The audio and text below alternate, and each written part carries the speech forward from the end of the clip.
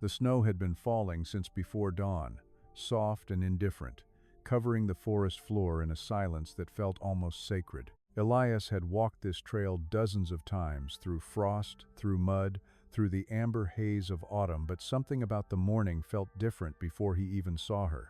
She was lying at the base of a spruce tree, partially hidden beneath a low-hanging branch weighted down with snow. At first, he thought she was a stone, a dark, curved shape half buried in white. But then he saw the slow, shallow rise of her side, breathing barely, but breathing. He stopped walking. His breath made small clouds in the cold air as he stood still for a long moment, watching from a distance. The cub was young, no more than 4 or 5 months old. Her coat was dark brown, slightly matted along her left flank. She didn't move when a branch cracked nearby. She didn't flinch when a gust swept through the trees and scattered loose snow from the branches above her. That stillness, more than anything else, told Elias what he needed to know. He crouched low and scanned the tree line. Nothing. No prints in the fresh snow beyond those of the cub herself, a short, stumbling trail that disappeared where the snowfall had grown heavier overnight. No signs of a mother circling nearby. No response from the forest. Just the wind, the cold, and the small animal breathing at the foot of the spruce. A bear cub this young had no chance alone in these temperatures. Without her mother's warmth, without milk, without the shelter of a den, she would not survive another night. Elias knew this. He'd seen it before once, years ago, and the memory had never fully left him. He reached slowly for the radio on his belt and clicked it once, then twice. Static. The ridge behind him was blocking the signal, as it often did this deep into the valley. He would have to make a decision without backup. He set his pack down quietly in the snow and moved a few steps closer, keeping his body low and his movement slow. The cub's eyes were half open, dark, glassy, and unfocused. Her nose twitched faintly when his scent reached her. One paw shifted, scraping weakly against the frozen ground. She was aware of him, but too weak to respond the way a healthy cub would have with noise, with flight, with the instinct to run. Instead, she made a sound, quiet and low, somewhere between a whimper and a moan. It wasn't fear, it was simply exhaustion. Elias stayed low and kept his distance for another few minutes, watching her breathing, studying the rise and fall of her ribs. Her left front leg was held at a slight angle, not bent unnaturally, but guarded. She wasn't putting weight on it, even lying down. Something had happened, a fall perhaps, or a misstep on ice. The forest offered no explanation, only the result. The temperature would drop again by afternoon, a storm was forecast by evening, and the cub had already spent at least one night alone in the cold, maybe more. He pulled a thin, thermal blanket from his pack and unfolded it slowly, letting the sound of the material settle in the air before moving any closer. The cub's eyes tracked him now.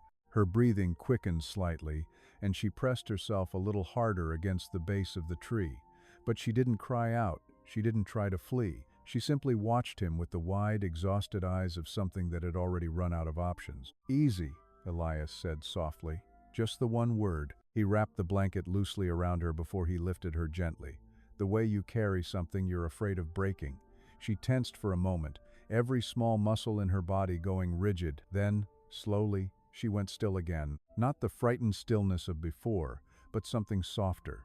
She pressed her nose briefly against the collar of his jacket, inhaled once, and let her head rest against his chest. He stood there in the snow for a moment, holding her. The forest was quiet around them.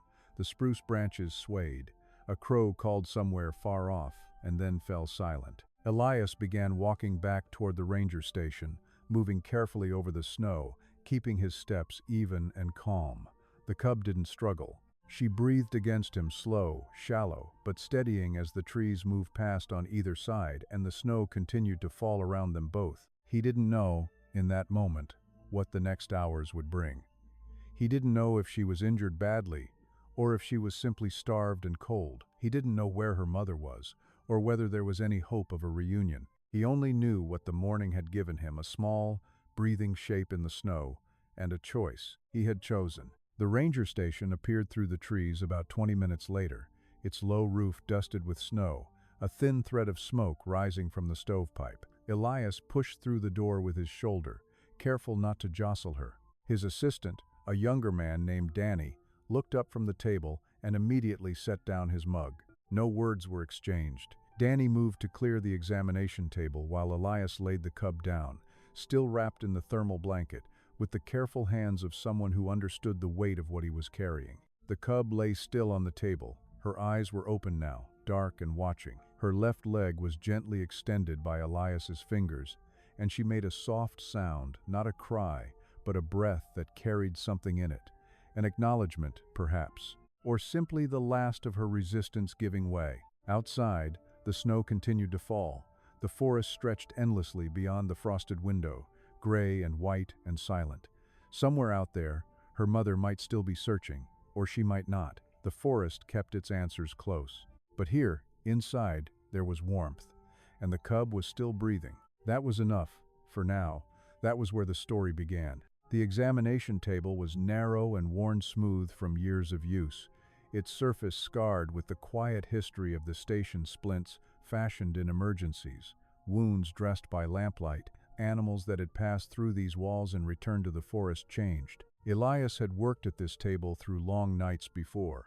He knew its every crack and groove, but tonight felt different in a way he couldn't quite name. The cub lay on her side, still wrapped loosely in the thermal blanket, her breathing more even now that she was out of the cold. The station's small wood stove had warmed the room to something close to comfort, and the orange glow of it moved softly across the walls. Danny had set a bowl of warm water on the side counter and laid out the basic medical kit: antiseptic gauze, a small syringe of electrolyte solution without being asked. He had been at the station long enough to know the rhythm of these nights. Elias pulled on a pair of thin examination gloves and leaned over the cub slowly, giving her time to register his presence before he touched her. Her nose was working even now, drawing in information: the smell of the station, the wood smoke, the unfamiliar scent of the gloves. Her eyes tracked his face. She was more alert than she had been in the snow, which was itself a small relief. Consciousness, even fragile consciousness, was something to hold on to. He began at her head, moving gently and methodically. Her gums were pale, a sign of dehydration and possible blood loss. Her eyes were clear, but sunken slightly. When he ran his fingers along her neck and shoulders, she remained still, only her ears shifting back at certain moments, a quiet signal of discomfort that he read and respected each time, pausing before continuing. When he reached her left front leg, she tensed. It was subtle, a tightening along her whole left side, a slight drawing inward, the way a living thing instinctively protects what hurts. Elias slowed further. He moved his fingers along the leg with the lightest possible pressure, feeling for heat, for swelling, for the unnatural give of something that should be solid. He found it just below the shoulder joint, a deep laceration, partially hidden beneath her fur, the edges of it crusted dark with dried blood and dirt from the forest floor. It wasn't a clean wound, not a cut from something sharp and swift, but a tear, ragged at the edges, the kind left behind by a fall onto broken rock or frozen branch. The surrounding fur was matted and stiff, and the tissue beneath was inflamed and warm to the touch. She made a sound when he reached the center of it, low and broken, barely audible, more breath than voice. Her head lifted slightly from the table and then dropped back down, as though the effort had cost her something. "It's all right," Elias said quietly. He didn't say it for his own comfort. He said it because silence, in moments like this, could feel like abandonment. Danny moved to the other side of the table and held the warm water bowl steady, while Elias began the slow work of cleaning the wound. It took time. The cub flinched at intervals, small, involuntary movements that he worked around rather than against, pausing each time she tensed, waiting for her breathing to settle before continuing. He spoke to her in the same low, even tone throughout. Not words with meaning so much as a sound steady and calm and present, something for her to anchor to while the pain moved through her. The wound was deep enough to need proper closure, but not so severe that it had reached anything critical. No bone exposed, no joint compromised. The infection was the greater concern now. The wound had been open to the cold in the forest floor for too long. He cleaned it thoroughly, applied antiseptic with a gauze pad, and covered it with a light dressing that would need to be changed by morning. When it was done, he straightened and stepped back. The cub lay still. Her breathing had steadied again, and the tension along her left side had eased slightly. She looked smaller now than she had in the snow, or perhaps the warmth of the station had simply made the world around her larger. Her dark eyes were half closed, watching him from beneath heavy lids. Danny prepared a small amount of electrolyte solution in a shallow dish and set it near her nose. She didn't drink immediately. She sniffed at it once, then again, then turned her face slightly away. But a few minutes later, when neither man was watching her directly, she lowered her muzzle to the dish and drank slowly at first, then steadily, until the dish was empty. Danny refilled it without comment. It was past midnight when Elias sat down in the chair beside the table. He hadn't planned to stay there. He had intended to check on her one last time and then sleep for a few hours on the cot in the back room. But something in the way she was lying curled now, slightly, her injured leg extended, her nose tucked toward her chest, made him stay. She was watching him, not the way a frightened animal watches a threat, wide-eyed, rigid, waiting for the moment to flee. She was watching him the way a young creature watches something it is trying to understand, still cautious, still uncertain. But something in the quality of it had shifted from the snow, from the spruce tree, from the moment he had first crouched down and she had pressed against the bark as though it might protect her. She was still afraid, but she was staying. At some point in the quiet of the early morning hours, she stretched one small paw forward along the edge of the table just a few inches, toward the side where Elias sat. It might have been nothing, a shift in position, a reflex, the simple movement of a sleeping animal finding comfort, but it brought her paw to the edge of the table, close to where his arm rested. He didn't move. He left his arm where it was. Outside, the storm arrived as forecast, the wind pressing against the station walls, snow hissing against the glass. Inside, the wood stove ticked and breathed. The cub slept, and Elias sat beside her through the rest of the night, listening to the storm pass, watching the slow rise and fall of her breathing in the firelight. By morning, her fever had broken. It was the first good news, small, quiet, and entirely sufficient. By the third day, she had a name. Elias hadn't intended to name her. Naming made things harder. He knew this from experience, from the years of animals that had passed through the station and back into the wild, and from the ones that hadn't. But Danny had started calling her Mara somewhere between the second feeding and the morning check, and the name had simply stayed, the way names do when they fit without effort. Mara's wound was healing. The inflammation had reduced significantly by the second morning, and by the third, she was bearing cautious weight on the leg, testing it in small increments, the way animals do when they are relearning trust in their own bodies. She still favored it.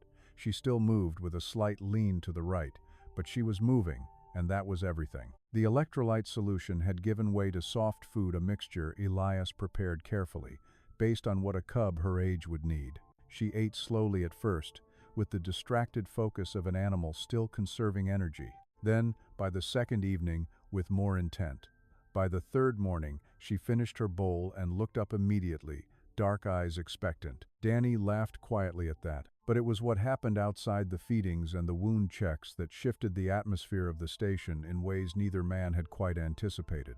Mara had begun to follow Elias. It started simply. She would lift her head whenever he moved across the room, tracking him with her eyes until he settled again. Then she began moving when he moved, standing from her resting spot and padding slowly behind him to wherever he went within the station. To the counter, to the stove, to the door when he stepped outside briefly to check the weather. She would wait at the threshold. She hadn't yet ventured outside, but she would wait there until he came back in, and then follow him to wherever he went next. It was not the frantic, anxious following of an animal in panic. There was no whimpering, no distress call when he moved out of her sight briefly. It was quieter than that, and in some ways more striking for its quietness. She simply preferred to be where he was. She had made a decision, in whatever way a young bear makes decisions, and she was acting on it with a calm consistency that was difficult to ignore. Elias noticed. He didn't comment on it directly, but he adjusted, moving a little slower when she was behind him, pausing when she paused, letting her close the distance between them on her own terms. He never reached for her unprompted. He let her set the measure of closeness each time. On the afternoon of the fourth day, she settled herself against his leg while he sat at the desk, completing the incident report. She didn't ask for anything. She simply leaned her weight against him and closed her eyes, her breathing slow and even, her injured legs stretched carefully to the side. He sat very still for a long time, his pen hovering above the paper. Danny, from across the room, said nothing, but he looked at Elias once, briefly, and then looked away. There were protocols for situations like this. Elias knew them, had written some of them, had enforced them with other rangers in other years. Attachment between rescuers and wildlife was understandable, even inevitable in the short term, but it had to be managed carefully, redirected early, before it became something that worked against the animal's return to the wild. A bear that lost its fear of humans entirely was a bear in danger, not from the wilderness, but from the world where wilderness and humanity overlapped the edges of towns, the periphery of farms, the roads that cut through forests that had no memory of what they'd once been. He knew all of this. He thought about it while Mara slept against his leg and the afternoon light moved slowly across the station floor. The search for her mother had yielded nothing. 2 rangers had covered the area where he'd found her, tracking outward in widening circles through the snow. They found old prints, a large female's tracks leading away from the valley, days old and wind softened. Whatever had happened, whatever had separated them, the trail was cold. A bear in winter moved when she needed to move, and she had moved. Whether she was still in the region or had traveled further was impossible to say. Wildlife rehabilitation had been contacted. There was a facility 3 hours south with the capacity to take a cub Mara's age, with staff trained specifically in preparing young bears for eventual release. It was the right next step. Elias knew this too. He filed the report. He made the call that afternoon. But that evening, when he carried Mara's food bowl to her corner and set it down, she didn't go to it immediately. She looked at it, then looked at him, then walked to where he was standing and pressed the top of her head briefly against his hand. Just once. Then she went back to her bowl and ate. He stood there for a moment after, his hand still at his side, the warmth of the contact already fading. Outside, the last of the storm's clouds were breaking apart, and through the station window, the sky was turning the deep, quiet blue of a winter evening after the snow has stopped. Mara finished eating and settled back into her corner, curling slowly around herself, her nose tucked close, her breathing dropping into the long rhythm of rest. Elias pulled on his jacket and stepped outside. The cold was clean and sharp after the warmth of the station. He stood on the narrow wooden step and looked out at the forest, dark and still and immense, the snow on the branches catching the last of the fading light. He stayed out there for a while. When he came back in, Mara lifted her head. She watched him cross the room. She watched him hang up his jacket and sit back down at the desk. Then she lowered her head again and closed her eyes. The transport to the rehabilitation facility was scheduled for 6 days from now. He hadn't told Donnie yet. The transport vehicle arrived just after 7 in the morning, earlier than expected, its tires cutting fresh lines through the overnight snow on the access road. Elias had been awake since before 5. He'd made coffee he didn't finish, checked Mara's dressing twice when once was sufficient, and sat for a long time at the desk without turning on the light, watching the dark slowly give way to gray outside the window. Mara had slept soundly through most of the night. She always did now, deeply and without visible distress, her breathing long and easy, occasionally shifting position with the unhurried certainty of an animal that felt safe. That was good. That was the goal. Elias had told himself this several times through the early morning hours. In the quiet way, a person tells themselves something they already know but need to keep hearing. Danny had taken the news of the transfer calmly, nodding once when Elias told him the evening before. He hadn't offered an opinion. He understood the necessity of it as clearly as Elias did, and he had the good sense not to dress understanding in sentiment. The rehabilitation center's driver was a woman named Petra, compact and efficient, with the calm, unhurried manner of someone who had done this kind of work for a long time. She greeted Elias at the door with a firm handshake, assessed the station with a single practiced glance, and asked a few precise questions about Mara's condition, feeding schedule, and wound status. Elias answered each one clearly. He had the paperwork ready. He had prepared the transport crate the evening before, lining it with familiar scented material from Mara's resting corner, the way the protocol recommended. He had done everything correctly. Petra moved toward the corner where Mara was resting, crouching low to observe her from a few feet away. Mara was awake. She had woken when the vehicle arrived, lifting her head at the sound of the unfamiliar engine. She watched Petra with the careful attention she gave to anything new. Not fear, exactly. Assessment. Then Petra shifted slightly, and Mara stood. She didn't move toward Petra. She turned and walked directly to Elias, pressing herself against his leg with a firmness that was different from her usual quiet leaning. Her head was low. Her ears were back, not flattened in aggression, but held close in the way that signaled unease, uncertainty, the beginning of something she didn't have the means to articulate beyond this.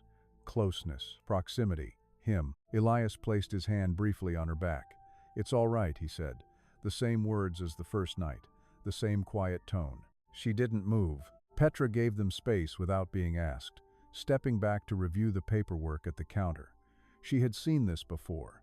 She understood what it looked like and what it meant, and she knew better than to rush it. They tried, gently, 3 times over the next 40 minutes. Each time, Elias guided Mara toward the open crate, not forcing, never forcing, simply directing, using the slow and careful movements he'd used with her from the beginning. Each time, she followed him to within a few feet of the crate, paused, and then turned back. Not in panic, not with noise or visible distress. She simply turned and returned to his side and pressed herself against him again. The 4th time, she sat down beside the crate and refused to move at all. Danny had stepped outside by then. He was doing something near the woodpile that didn't need doing, giving the room the space it needed, the way he often understood things without being told. Elias crouched down beside the crate. Mara sat next to him, her shoulder against his knee. He looked at her for a long moment, the round, dark face, the small scars she'd carry from the wound, the careful way she held her left leg, even now, even healed, as though the memory of pain had left a kind of caution behind. She looked back at him with the steady, unreadable attention that animals have, not simple, not empty, but different, a kind of presence that didn't require translation and couldn't fully receive it. "You're going somewhere safe," he said quietly. "Better than here." She didn't move. He sat down on the floor then, fully, beside the crate. Not to try again immediately, but simply to be still with her for a moment, to let the morning be what it was, without hurrying it toward what came next. Petra, to her considerable credit, said nothing and checked nothing and simply waited. Mara shifted after a while. She put her nose to the interior of the crate, sniffing thoroughly the blanket, the familiar scent he'd placed there, the cedar smell of the wood. She pulled her head back out. She looked at Elias. Then she put her nose in again and held it there longer this time. He waited. She stepped one paw inside, paused, stepped the second paw in, then she turned around inside the crate, a slow, careful rotation, and lay down with her head facing the open door, facing him. Her eyes were open. Her breathing was even. Elias reached forward and rested his hand on the floor just outside the crate door, not inside, not touching her, just there, visible, present. She looked at his hand, she looked at his face, then she put her chin down on the floor of the crate and closed her eyes. He latched the door with hands that were entirely steady. He was a professional. He had done this work for 19 years. He knew what this moment was and what it required of him. He stood, handed Petra the full medical file, and walked to the door to hold it open while she and Danny carried the crate to the vehicle. He didn't watch them load her. He stood in the doorway and looked at the forest, instead the snow on the trees, the pale winter sky, the deep quiet of the valley. Behind him, he heard the vehicle door close. He heard Petra's boots on the snow, her voice briefly thanking Danny. He kept looking at the forest. The engine started.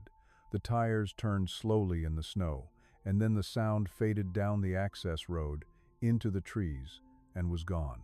The station was very quiet. Danny came and stood beside him in the doorway without speaking. They stood there together for a while, the cold coming in around them, neither one of them in any hurry to close the door. Spring came to the valley the way it always did, gradually, then all at once. The snow along the south-facing slopes pulled back first, revealing the dark earth beneath, and then the north ridges softened, and then one morning the creek below the station was running again, loud and insistent, as though it had somewhere urgent to be after the long silence of winter. Elias received updates from the rehabilitation center every 2 weeks. Petra sent them herself, brief, factual, precisely written. Mara's wound had healed completely by the end of the first week. She had transitioned to solid food without difficulty. She was gaining weight steadily. She had been introduced to the outdoor enclosure at the center and had explored it with what Petra described, in her measured way, as confident curiosity. He read each update at the desk where she had once leaned against his leg. He filed them in the folder he'd started on the day she arrived, the same folder that held the intake photographs and the incident report and the medical log. He read them carefully and he filed them and he continued his work. In late March, the center invited him to attend a preparation assessment, a routine evaluation done before any rehabilitated animal was considered for release, involving the wildlife officers who had been part of the rescue. It was standard practice. His presence was requested, not required. He drove the 3 hours south on a Tuesday morning, arriving just before 10. The center was larger than he'd imagined from Petra's emails, low buildings set into a hillside, wide enclosures of varied terrain behind them, the whole place carrying the particular quiet of somewhere that took its work seriously. Petra met him at the entrance and walked him through the update in person, the same efficiency as her emails, but warmer. Somehow, in person. Mara was in the largest of the outdoor enclosures, she explained. Doing well, strong. The leg had left no lasting impairment. She had begun to show the appropriate wariness of unfamiliar humans, a critical marker for a bear being prepared for release.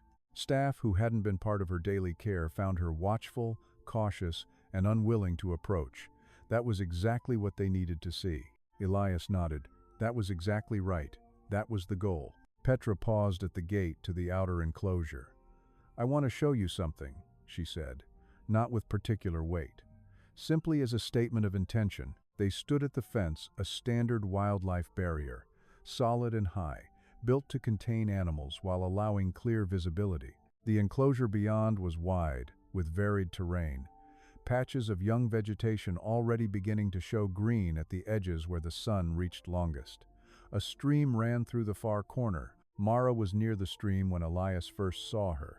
She was bigger than he remembered, not dramatically, but noticeably. Filled out across the shoulders, her coat clean and even, her movement easy and unhurried. She was turning over a half-submerged rock at the stream's edge, focused entirely on whatever was beneath it. She looked, in every visible way, like a bear. He stood at the fence and watched her for a while without speaking. She was perhaps 40 meters away, angled toward the stream, unaware or unconcerned with the two people at the fence. A staff member at the far end of the enclosure had been there when they arrived, and had already noted that Mara showed no interest in approaching the fence when unfamiliar people were present. Watchful, cautious, appropriately wild. Then the wind shifted. It was a small thing, a change in the direction of the breeze, carrying the air from the fence toward the stream instead of away from it. Mara's head came up immediately, not in alarm, but in attention. Her nose worked the air in the quick, thorough way of a bear reading information. She turned from the stream. She looked across the enclosure. For a long moment she was still. Then she began to walk toward the fence, not running, not with the bounding urgency of an excited animal, walking steadily, directly, with the focused certainty of something that had recognized something it didn't expect to find here. She covered the 40 meters without hesitation and stopped at the fence, 2 meters from where Elias stood. She was close enough that he could see the faint scar along her left shoulder, faded now to a thin line through the fur. She was close enough that he could hear her breathing slow, deep, and even. She pressed her nose to the fence and inhaled. Elias stood very still. He did not reach through the fence. He did not crouch down or lean in or make any of the movements that would have come naturally a few months ago in the warmth of the station. He stood straight and quiet and let her take whatever she needed from the moment. She pulled her nose back from the fence. She looked at him directly, with that steady, unreachable attention he had come to know across those winter weeks. Not recognition in any simple sense, something more particular, something that lived below the reach of language. Then she sat down, just that. She sat down in front of him, on her side of the fence, the way she used to settle against his leg in the evenings when the stove was burning and the storm was passing, and there was nowhere either of them needed to be. Petra, beside him, said nothing. They stood there for several minutes, the man on one side of the fence, the bear on the other, the spring air moving between them, the stream audible in the background, a bird beginning somewhere in the tree line, the world going on around them in its ordinary, unhurried way. Then Mara stood. She turned from the fence without drama, without a backward glance, and walked back across the enclosure toward the stream. She found her rock again. She went back to her work. Elias watched her until she was settled, then turned from the fence. He thanked Petra. He signed the assessment paperwork. He walked back to his vehicle through the clear March morning, his steps even and unhurried on the gravel path. The drive back to the valley took 3 hours. He spent most of it in silence, the window cracked slightly, the cold air coming in, the forests moving past on either side of the road. He thought about the fence and the wind and the particular way she had sat down. He thought about a spruce tree in the snow and a small dark shape that had been barely breathing, and a choice made in a cold forest before anyone else was watching. Mara was released 6 weeks later, in early May, into a protected forest sector 40 kilometers from where he'd found her. He wasn't present for the release. That wasn't his part of the work. But on the morning it happened, Petra sent him a single photograph. Mara at the tree line, caught mid-step, already moving into the forest, not looking back. He kept the photograph. He didn't frame it or display it anywhere. He kept it in the folder, with the intake report and the medical log and the 14 updates written in Petra's careful hand. Some things don't need to be displayed to be carried. He went to work. The valley was green now, the creek full and bright, the trail wet with snowmelt underfoot. He walked it in the early morning as he always did, through the trees and the light and the ordinary world that kept offering itself, endlessly, to anyone paying attention. At the base of a spruce tree, near the place where the trail bent toward the ridge, he stopped for a moment. He stood there in the quiet, then he walked on.